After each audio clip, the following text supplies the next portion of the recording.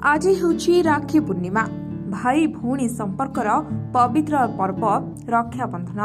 ଭାଇ ପାଇଁ ମନ ପସନ୍ଦର ରାକ୍ଷୀଟି କିଣିଥାଏ ଭଉଣୀ। ଫୁଲ ଚନ୍ଦନ ଲଗାଇ ପୂଜା କରି ଭାଇ ହାତରେ ରାକ୍ଷୀ ବାନ୍ଧିଥାଏ। ସ୍ନେହରେ ଭାଇକୁ ମିଠା ଖୁଆଇ ଦେଇଥାଏ। ଭାଇ ମଧ୍ୟ ନିଜ ଭଉଣୀକୁ ଆଶୀର୍ବାଦ ଓ ଉପହାର ଦେଇଥାଏ।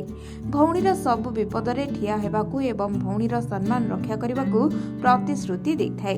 ରାକ୍ଷୀ ପୂର୍ଣ୍ଣିମାରେ ଭାଇ ଓ ଭଉଣୀର ପବିତ୍ର ସମ୍ପର୍କ ଆହୁରି ମଜବୁତ ହୋଇଥାଏ। ଯେତେ ରାଗ ରୁଷା ମାନ ଅଭିମାନ ଥିଲେ ଏହି ଦିନ ସେଥିରେ ପୂର୍ଣ୍ଣଚ୍ଛେଦ ପଡ଼ିଥାଏ। ଦ୍ୱାପର ଯୁଗରେ ମଧ୍ୟ ରାକ୍ଷୀର ଉଦାହରଣ ରହିଛି। ଶ୍ରୀକୃଷ୍ଣଙ୍କ ହାତ ଆଙ୍ଗୁଳିରେ କ୍ଷତ ଚିହ୍ନ ଦେଖି ଦ୍ରୌପଦୀ ନିଜ ପଣତ କାନି ଚିରି ତାଙ୍କ ଆଙ୍ଗୁଳିରେ ବାନ୍ଧି ଦେଇଥିଲେ। ଏହି ଦିନ ପ୍ରଭୁ ଶ୍ରୀ ବଳଭଦ୍ରଙ୍କର ଜନ୍ମଦିନ ହୋଇଥିବାରୁ ଏହି ପର୍ବକୁ ଗହ୍ମା ପୂର୍ଣ୍ଣିମା କୁହାଯାଏ।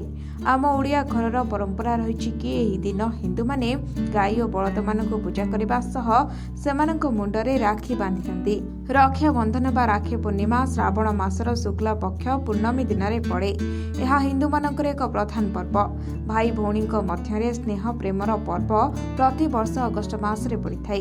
ରକ୍ଷାବନ୍ଧନ ପର୍ବ ଭାରତୀୟ ସଂସ୍କୃତି ପରମ୍ପରା ଓ ସଭ୍ୟତାର ଅମୂଲ୍ୟ ପ୍ରତୀକ ଅଟେ। ବ୍ୟୁରୋ ରିପୋର୍ଟ, ଶପଥ ନ୍ୟୁଜ।